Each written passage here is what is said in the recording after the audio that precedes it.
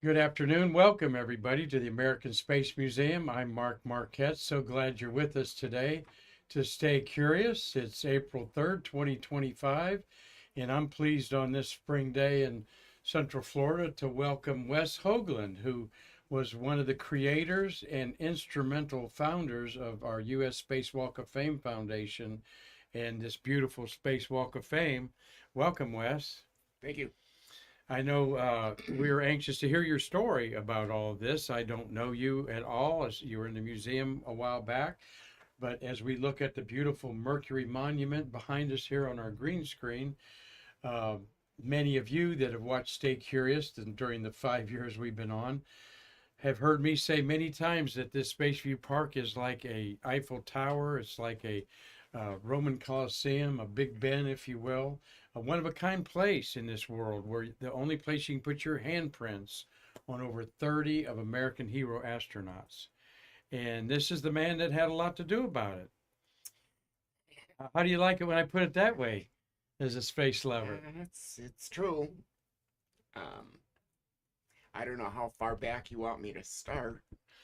Well, I'll tell you where I want you to start. I want you to start is where'd you grow up, and what kind of career did you have that brought you to Titusville, and but uh, you did help. Let me read what you sent me here. This is one erudite bon vivant, okay, for sure. All right, says so right on your card there, man. and erudite bon vivant. I'd like to think I'm one fond of good living myself. So that sets it up right there. Let's do Wes's bio here. Um, a economics, political science, and urban affairs major, obtaining a Master of Arts in Environmental Science from Oshkosh, Green Bay, with majors in economic planning and environmental development administration. And this was cutting edge career in the 1970s, Wes, being an urban planner for more than 30 years. So, and you're up in the Wisconsin area, huh? So then you co-created the Space Walk of Fame Foundation, designed it, grant funded it, and built monuments to Mercury, Gemini, and Apollo programs, giving Titusville's downtown Riverwalk an appropriate theme of Space View Park. And you were 12 years on our foundation as the secretary of the board. And some people that you're one of the you're one of the whispers I hear in the halls, though you were never a museum in this halls here, with Wes Hoagland and Sam Bedingfield and of course Charlie Mars involved in there. Cal Fowler, another one and we really need someone to do the history of this museum. I don't have time to do it. Wish I did, but we'll talk about that off camera maybe somewhere down the line. But everybody knows that I'm very passionate about just not the museum, but Spaceview Park.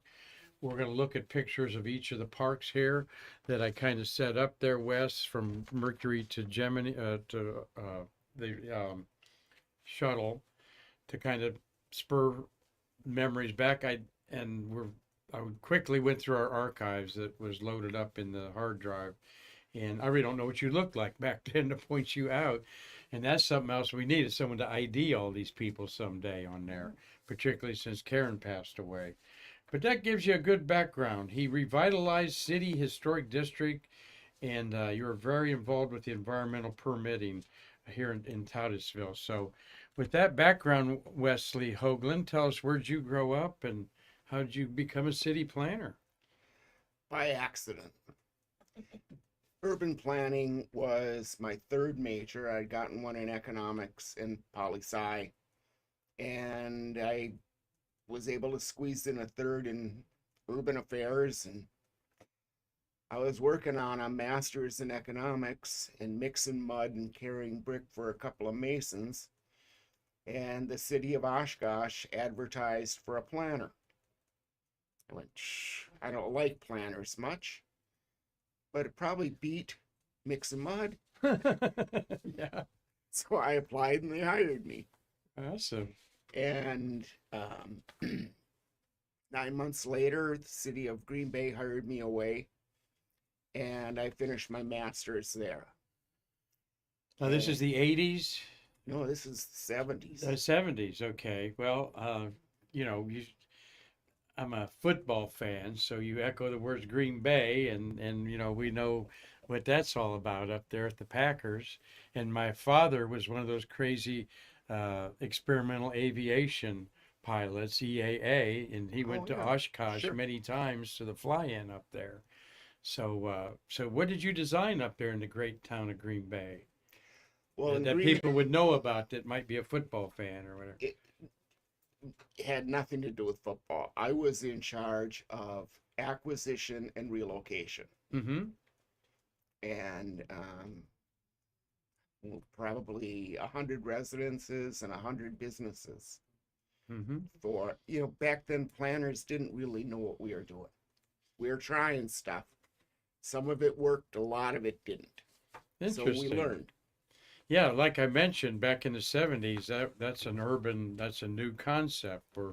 We're just really 20 some years away from World War II, and everybody's getting space age is coming on, you know, and changing people's thoughts. So what brought you here to Central Florida? Well, I got married and she wanted to move back to New Orleans. I couldn't stand New Orleans because the level of corruption is just legendary. And nothing was done for the reason that made sense. It was done because of who was going to make the money. And I don't think I'm going to fit in here. And the city of Titusville advertised nationally through the Planning Association for a planner. I applied and they hired me. I started October 10th, 1988, and they assigned me to be the staff for the Community Redevelopment Agency. And at that time, there was a Downtown Redevelopment Board, of which Lois Ward was the chair. Okay. And my predecessor had applied for a grant behind what used to be Wells Fargo. There's a condo development. Well, what's now Spaceview Park was supposed to be phase 2 and 3. The savings and loan who had financed that project went belly up with the savings and loan crisis of the mid 80s. And my predecessor had gotten a grant to purchase that strip of land and was not able to close it for whatever reason. So my first task was get that land closed. The Downtown Development Advisory Board, their main objective was we want a river walk.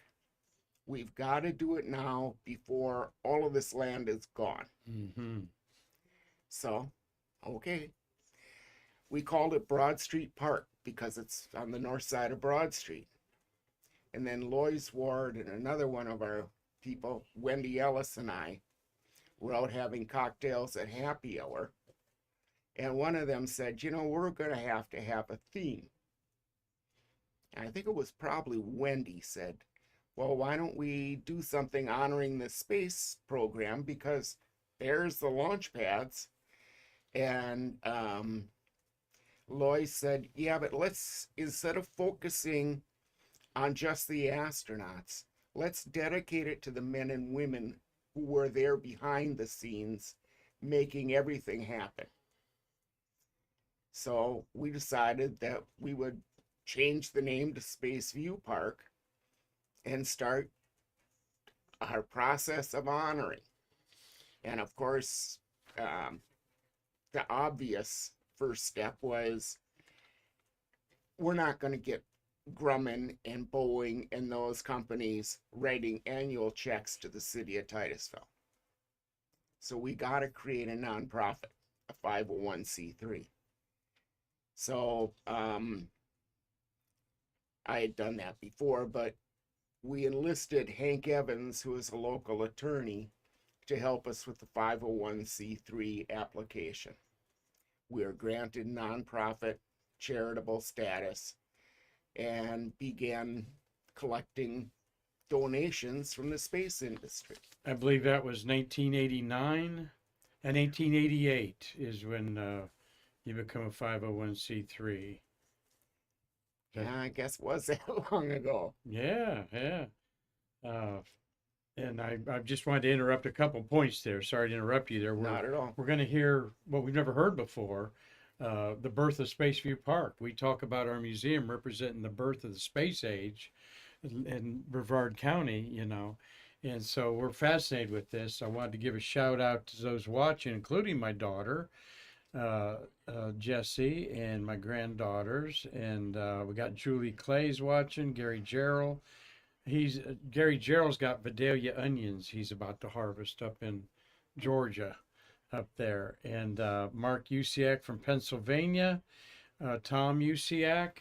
He's watching with Chris Callie, who's there at their home. They all have been to Spaceview Parks. I know they're finding this very fascinating, Wes, and others that are watching around the fruited plate, including Elena is in South Africa.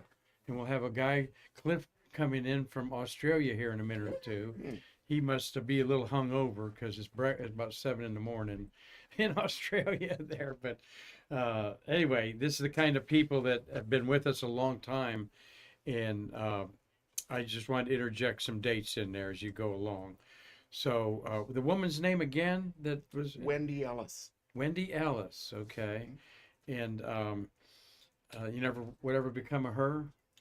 I've been gone a long time, Mark. Yeah, yeah. I understand, but that's why we're glad to have you here. And grateful for your sister Sue for bringing you here, too. I understand she played a hand in you moving here, too. Not really. Oh, She was here, but she was living here in Orlando, she said. Okay. I answered. We had a crash, you know, oh, you were married, so. No, I was separated, soon to be divorced. Okay, well, you could have crashed on her bed. Well, I her did couch for the there. first month or so. All right, I'm going to turn you loose again. We are fascinated how these monuments were created. As you see, I got some pretty pictures. So once you get to the first monument, Mercury is dedicated in May 1995.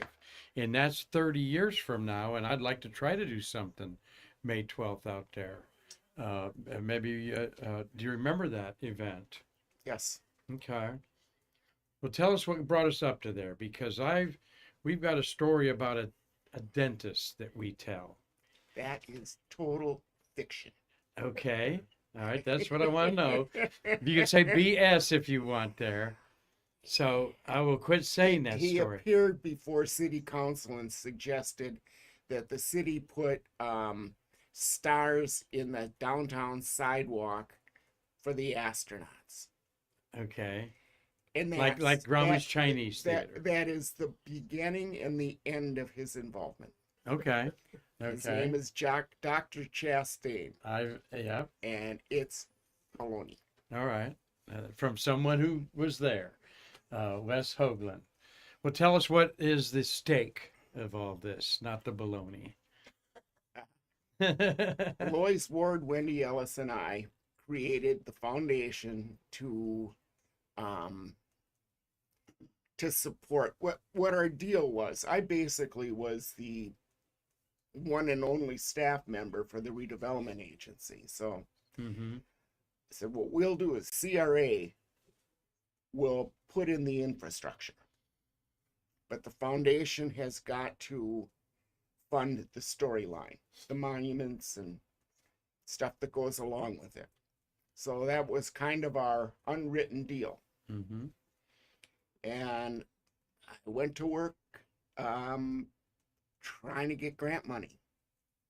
And throughout the little over 15 years I spent with the city, I got them $7.5 million worth of grant funds. And I had to use one grant as my match for the next grant, because back then we didn't have much money. So I had to be very creative in how do I play these in the right order that I can keep leapfrogging with other people's money. Yeah. We did it. Then Cal Fowler became the first president. There's a picture of him there if you want. Yeah. let's see, Cal is Cal is there. he brought it. So you hang this up in your home, obviously. Yes. Of your memories there. That's the first group right there. Yep. All right. That's Cal and myself and Wally Schirra. Okay. And Wally's laughing, which is what Wally always did. That's not, and there he is in another picture there.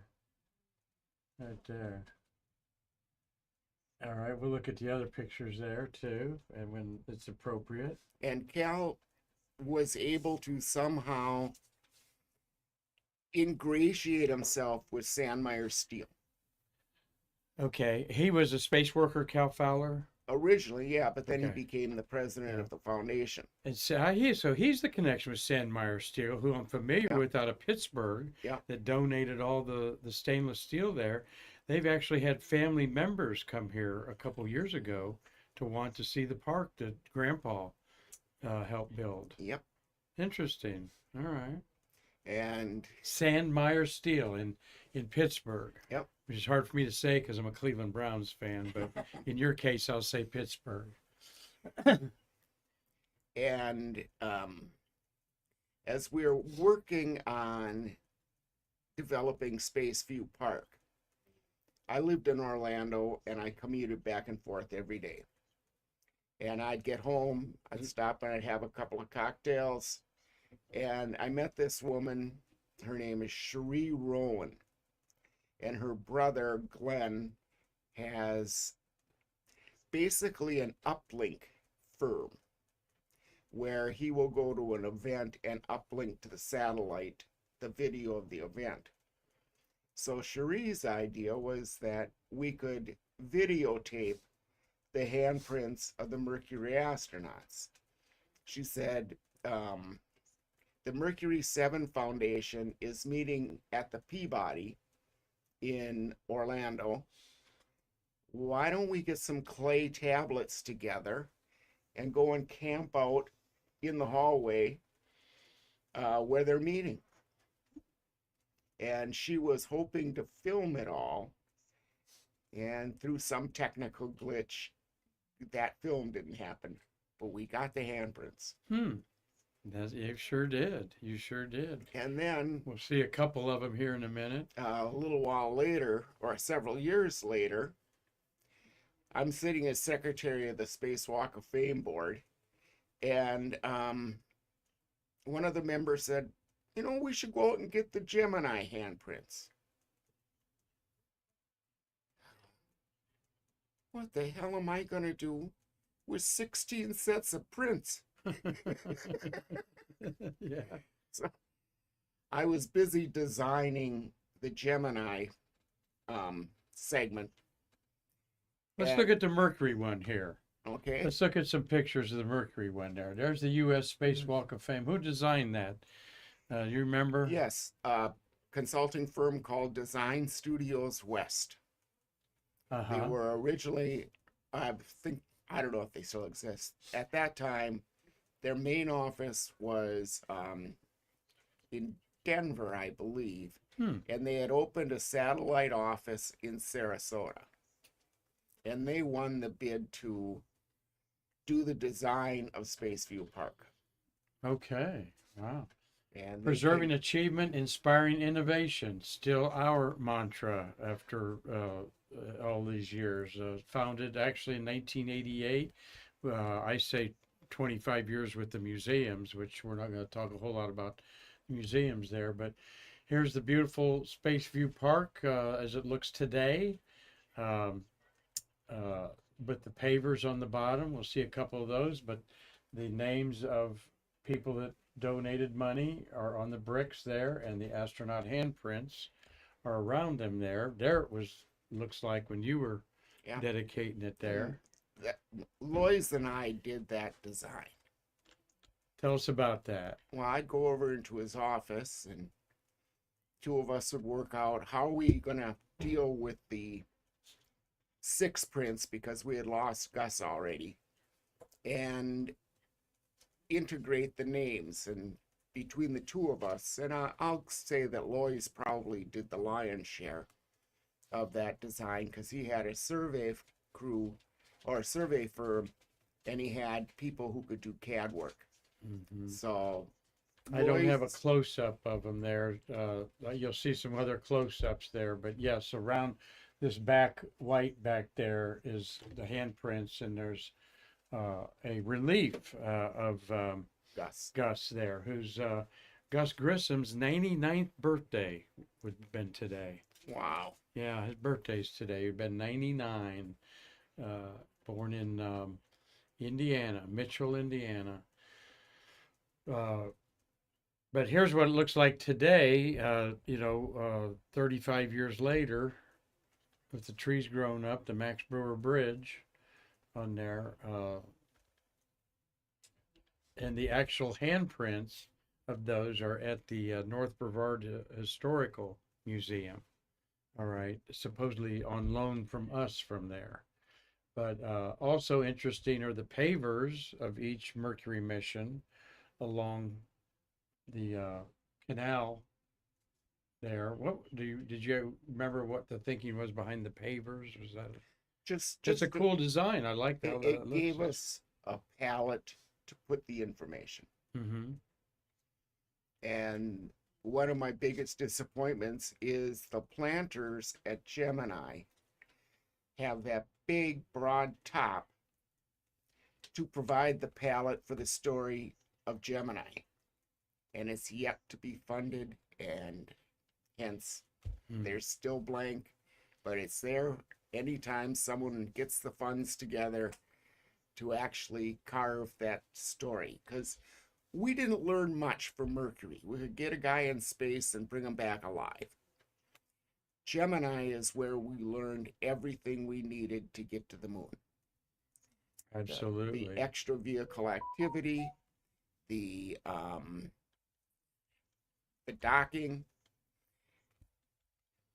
Gemini is where we learned what we needed to do to successfully go to the moon and back. One other shot I love of wait, where'd it go? Yeah.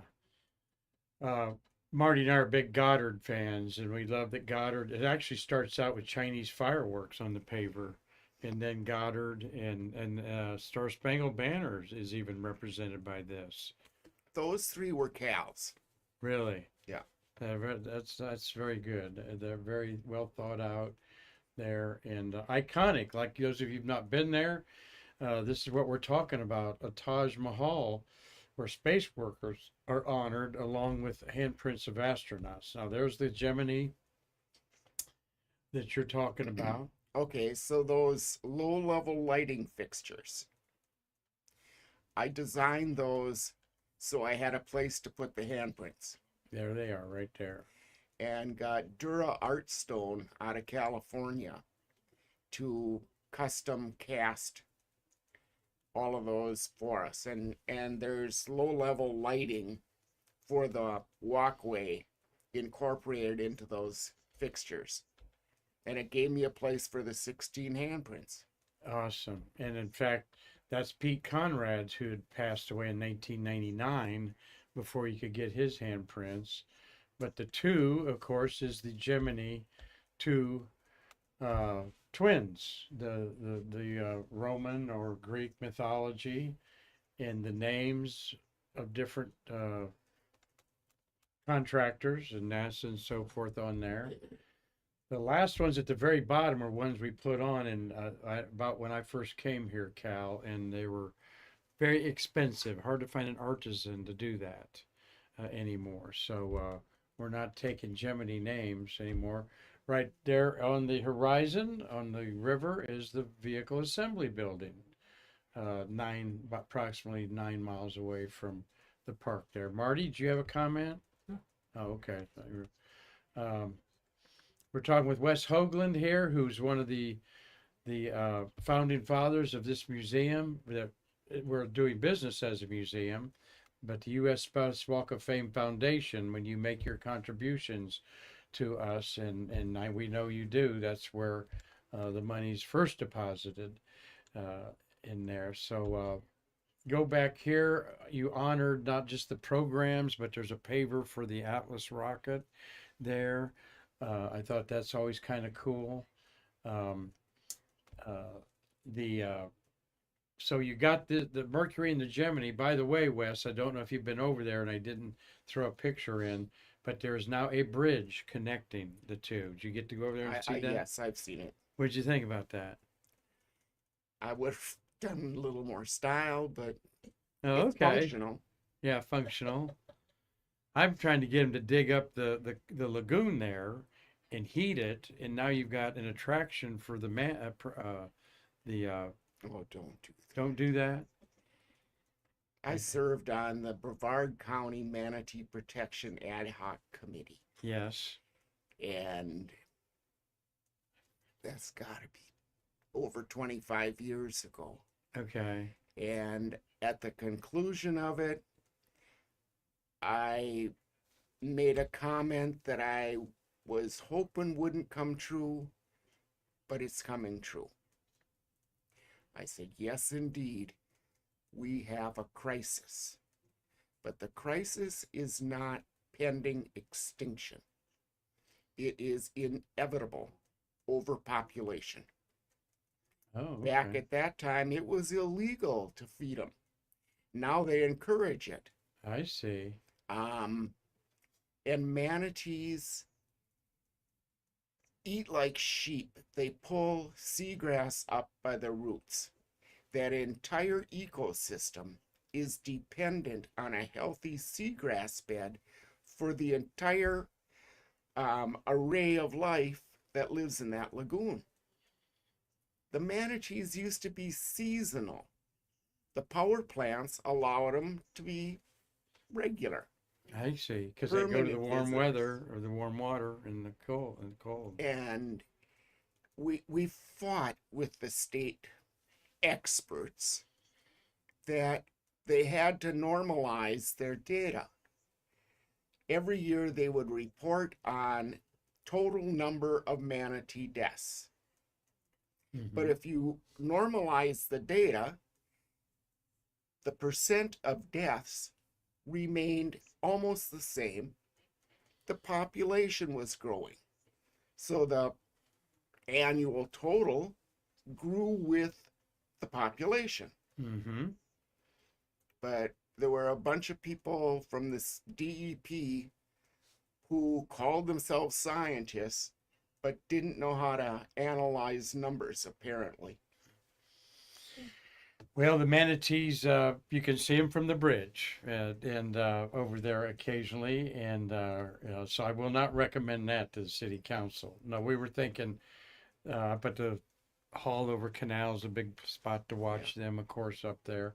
But good information there. And this is part of our ecosystem right in that river there. And of course, the Max Brewer Bridge goes over to the beautiful Merritt Island Wildlife Refuge here.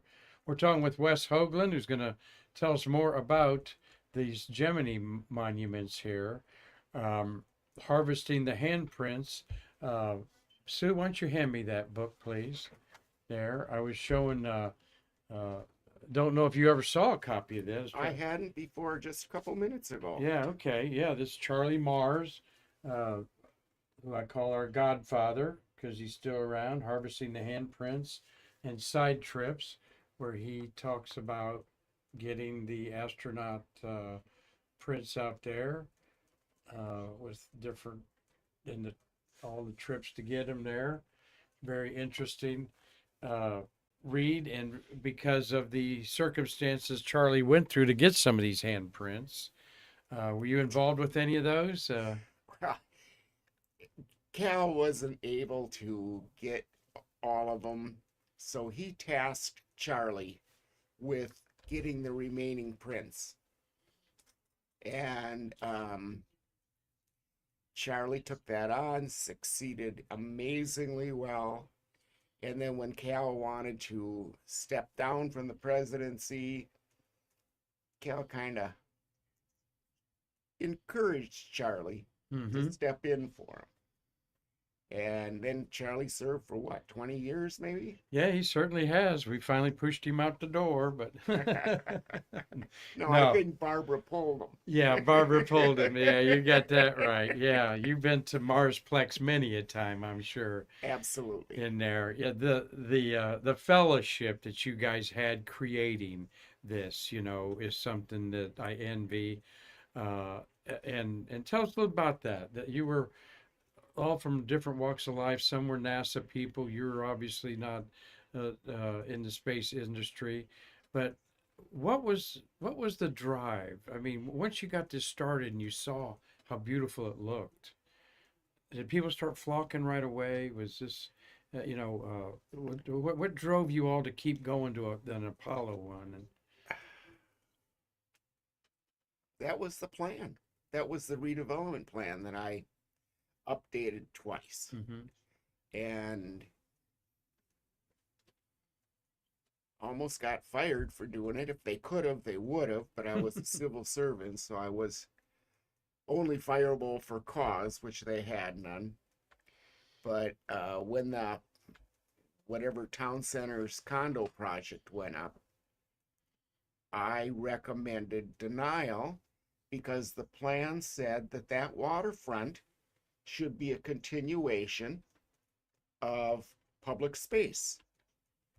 And now every city of any size has incorporated wonderful public space to make their private projects work better. hmm But the company that wanted to build those condos insisted that their market was gated and no public access and no amount of cajoling, persuading could convince them that putting a public walkway in front of those condominiums would only have increased their value.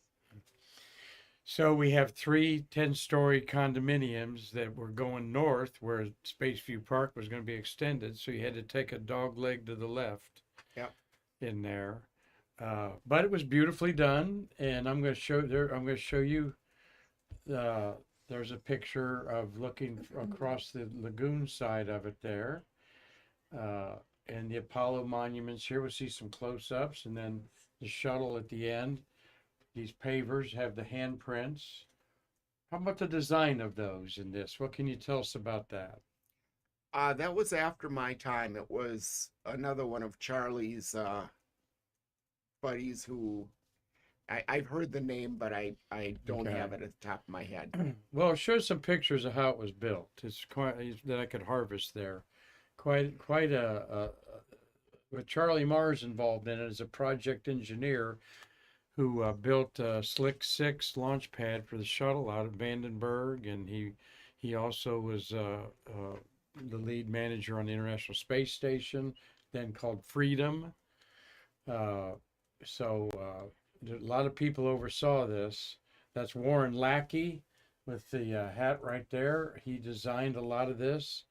You see so the idea was to take $100 from space workers like Marty and put your name up there with the contractors you worked at. In the background is the Apollo uh, that has the around it these bronze plaques. Yeah, I mean, you said you weren't around for this, so I'll just Well, kind of breeze through it. Sandy Storm had been Yeah, I got Sandy in hired here. to do the base and Yeah, all those there's bonds. Sandy right Yep, there. that's Sandy. She worked for years, and Cal and I used to go over to the foundry in Sanford and oversee her progress because it took her several years to complete those bronze panels. I will see one close up. That's for her statue of President Kennedy, who I'm told Caroline Kennedy saw and was very impressed with it. And actually maybe wanted a copy of it, but they'd already broke the mold. And there's our Gemini again. Uh, and there's Sandy. I've met her several times. Wanted to show you. There's 2, 4, 6, 8, 10 astronauts, Marty, all wearing an Atlanta shirt. That must have been maybe the dedication of Atlantis over there. That's Runco on the left. I recognize him. Uh, but this was the kind of support, folks, that Wes Hoagland and others had from astronauts. You had plenty of support from who were some of the astronauts that supported the first two there? The six surviving Mercury and almost all of the Gemini. And Delaware North, when they took over the visitor center, was very generous with the Walk of Fame Foundation. Oh, okay. Anytime we wanted to do a fundraiser, they would provide us with an astronaut or two. And therefore, I got to meet every single man who was ever on the moon and lots of other ones. Have a little hot toddy with a few of them. Always. Yeah, always. Yep, good. That's good. There's John Young with the Sandy Storm. Last time, some little clicking, a little glitch in there, Marty. That's okay. I've got a great John Young story for you. There's Charlie over his shoulder there. Yep. What's your John Young story? We had built the monument, I got another picture of him here. but we hadn't put in the hardscape yet. But we had the monument, and it was complete. And they wanted to do a dedications fundraiser. So they drove in a piece of angle iron in the dirt around the monument. And we had John Young there to dedicate it. And we gave John a bottle of champagne. And he swung it at the piece of angle iron and it bounced off. He swung it again and it bounced off. He swung it a third time and the bottle completely shattered and really cut up his hand. Did he really? Oh, gosh. It was unintended. Well, there he is. No bleeding hands there, but there he's standing in front of the very pylon there. It's got his handprints on there. And I met him a couple times and a joy. There's the handprints of Deke Slayton. And Deke is at the Mercury capsule also over there, though he didn't fly in Mercury. His handprints are over there. Deke grew up in Wisconsin too. Yeah, And his Sparta. story, yes, Sparta. His story is he learned that half a finger Look at that, folks. is on the left hand. only digit that you could not have intact and still get in the astronaut program. Yes, isn't that something? Exactly. That's why I chose that, because that's at the Apollo Soyuz test project paver there. And when I went and saw the Mercury for the first time, and I'm so excited because I'm from Ohio, and there's John Glenn's handprints I'm putting on. The only place in the world, folks, you can put your handprints on John Glenn is right there. I take that back. His handprints are in cement out at the Lyndon Johnson Ranch. All right. Lyndon Johnson, instead of having his guests sign a book, had them put their hands in a bucket of cement, basically. And they called them the Freedom handprints or something like that. And I saw it out the LBJ Ranch years ago. But so, yes, I want to be accurate there. But I'm looking at what the heck happened. Wait a minute. He doesn't have a go ahead and hit the full there. There it is. Look at his left hand. It's missing. And now you'll all see Deke Slayton in a lot of pictures with his left hand in his pocket. I hadn't noticed that. Yeah. After I saw that, I noticed that. Of course, he got grounded for a heart murmur. That little maybe metropolol or something like I take would help him. And then he put him, of course, chief of the astronaut corps. He put himself on the final Apollo mission, Apollo Soyuz test project. Where he shook hands with two Russians in space. That'll be 50 years ago, that mission, this July. And we're going to celebrate that here at the museum.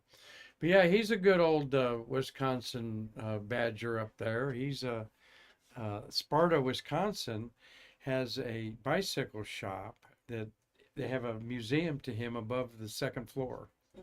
up there. And I know that because they're very, they do a lot of good promotion on social media and will raise money by having Fred Hayes or Charlie Duke come in on a little one-on-one and charge people $10 to watch it on YouTube. So When we had the museum down in one of the malls, because it at different times was in both of them, Fred yes, came down because Fred and Charlie were very good friends. yes, they And are. Fred signed autographs for at least 8 hours straight. 8 hours straight. Started Wow. like 10 in the morning, and Just 6 at night, 6 huh? at night, it was still going on. Many times, and yes, I know how close he and Charlie are. True gentleman. Marty, my co-producer over here, he chaired the Grumman annual reunions, or every 5 or 10 years of the anniversaries of the moon landings, and Fredo talked at all those, and just he's just what he went through the Apollo 13. I truly think he lives every day after that, grateful that he's alive. He shouldn't have been by all odds. That's right. That's right. Hope you're enjoying these stories with Mr. Wes Hoagland here. I certainly am, and happy to hear these founding stories, some of the urban legends that I will squash about the dentist. I've told that way too many times, but It's just and not based in fact. okay, that's good. We got Robert Mecklenburg's watching from the Netherlands in there, and I think Mark Fell's up in Wisconsin. No, if I'm not wrong. Anyway, we got a good group watching today, as always. If you have a question for Mr. Hoagland, please do. The Mercury monument was dedicated May 12th, 1995, so we got to get a 30th anniversary together for that after our shuttle fest that we have in a week. The Gemini monument was dedicated November 7th, 1997. And the Apollo monument, they had groundbreaking on July 16th at 1999 at 9:32 a.m., exactly 30 years after liftoff of Apollo 11.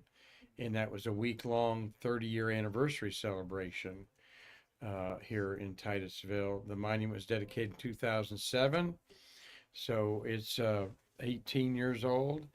And the shuttle monument was dedicated 10 years ago, last November out there. And now we're working on an International Space Station monument, is tentatively in the works for that. Let's look at a couple other pictures here and get some more insight from Wes Hoagland about this beautiful Spaceview Park that he helped design. All right, Marty, I'm going to go like that. Yeah, there's some more astronauts. That's John McBride. You certainly got to know him, probably, or not. Big John. He was the astronaut of the over the astronauts at Delaware North. That looks like Marty. Right beside there is we talk about his book all the time. I don't know the one in the middle, but I know that's Bob Coe, who passed away, and that's Runco on the right. And who wrote the book Riding Rockets? That's him right there. Senior moment, yes. Riding Rockets by bum. Someone's going to tell me. Mike Mullane. Mike Mullane. You got part of it. You got the first half. I got the second half. There's the Big John. Passed away last year. He was the face of the astronauts out at Kennedy Space Center. Did a lot for our museum. He is actually an emeritus board member with Fredo. There is Jerry Carr in the foreground. Al Warden beside Jerry Carr. Don't know who the bearded gentleman is.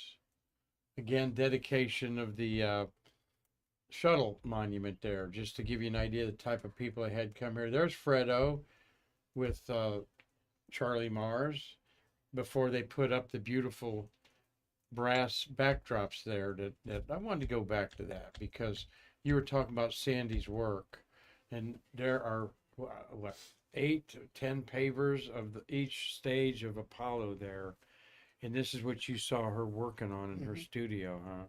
That's correct. Was the original like clay model, and then Yes. this was cast out of it She there? would do it in clay, and then it would get cast in bronze at the foundry in Sanford. And who was giving her input? Did you know about the Oh, accuracy of this stuff? Okay. everybody, I'm Yeah, sure. everybody. Yeah, there she is, Sandy, right there. I want to show her again. The Kennedy's is stunning, and he's delivering his talk, and uh, that's a picture I took. They've got the Earth and the Moon, not to scale on the other side there. So I wanted to get back and show that, and a couple of dignitaries there that have been part of us. Sam Bedingfield, and there's Cal Sam, Fowler. yep.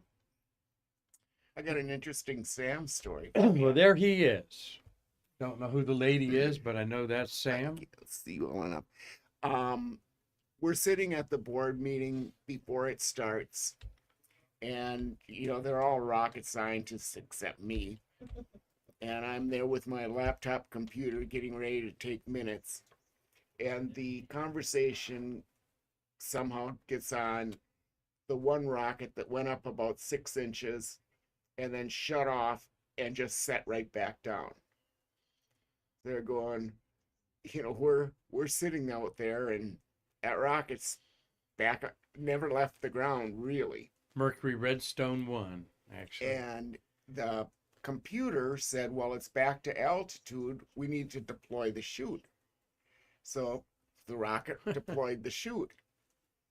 And they're chatting amongst each other. And Sam goes, yeah, all you assholes were back in the blockhouse. I had to go out and tie that parachute off. Did he really? Yeah, that was Sam Bedingfield. We've got a plaque to Sam in our Mercury Gemini gallery honoring this gentleman that was NASA badge number 4. Okay, the first 20 people hired went by alphabet. You know that? Did you hear the story how he got down here? It's on the Well, wall I there. knew that he was at number 4, but I didn't hear Yeah, alphabet. it was by alphabet, and he was Bedingfield. See, so he went to college at Purdue with Gus Grissom, and he's baling tobacco or something on his family tobacco farm in the Carolinas. He didn't like it. He talks to Gus for some reason, and Gus says to Sam Bedingfield here on the left says, uh,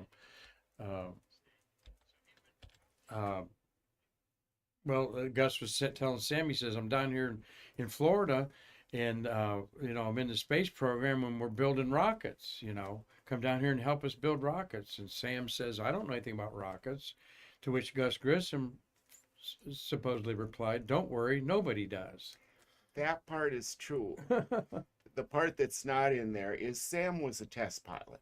Okay. And that's how we met all these guys. Okay, yeah. And he was too big to fit in the Gemini or the Mercury capsule. So All he right. didn't make the astronaut corps. He married this woman whose family had a plantation in Virginia, and Sam tried to be a gentleman farmer for a couple of years. No. You can't go from test pilot Yeah. to gentleman farmer. So Sam went down to see if they were hiring at the airfield, and they said, we don't have any openings, but go see those guys across the field.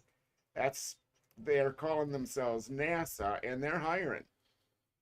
So Sam went across the airfield, and sure enough, NASA hired him. And he become badge number 4, a legend out there at the Space Center. One of the he did all kinds of VIP tours, I understand. He was a wonderful human being. And still, he's got a grandson named after him that occasionally helps us here. And I met his daughter many times, has been involved here at the museum. But yes, the name Sam Bedingfield lives on here. Marty, we've got a question for Wes Hoagland. Yeah, from Dean Babcock. Did Neil Armstrong ever visit Spaceview Park?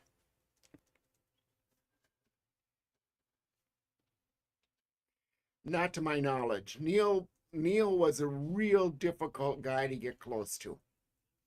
Buzz, on the other hand, was gregarious, Hmm. but Neil was very standoffish. In fact, when they got Neil Armstrong's handprints, when Charlie finally harvested them, and I think he's writes in the book at Neil's apartment in Washington D.C. It made headline news over here in the Titusville newspaper that they finally got the handprints, because you got a lot of publicity about this. You're a city guy. I see some clips here and there in our archives that someone really needs to pull together. The town really embraced this, did they not? Or the people in the town? Some of the people in the town. Uh-huh. Why city council after city council has been so parsimonious in their funding of the foundation always mystified me. Uh-huh. The foundation provided Titusville's CRA, Community Redevelopment Area, with a draw that any community would kill for it. And we've never gotten the city council to become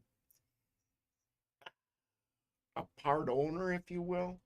You're still fighting that fight. I mean, really, we had a horrible transient problem there 2 years ago that took a while to clean up. There where you didn't even want to go over there, and we got involved, and that was then now. As the director of this museum, one of the things that I've approached and have been in front of the mayor and some city council members is we need a memo of understanding about this park. The park is owned by the city of Titusville. The maintenance is done by the Brevard County Recreation Department, and we get all the phone calls about anything that goes wrong over there. And then we have to be responsible for fixing it. Like occasionally, the heat, some of these pavers have fallen to the ground or something like that. I mean, pieces of them. The glue comes loose or something. So that's what we're doing. And so you're telling me this has always been a constant. Since day one. Yeah.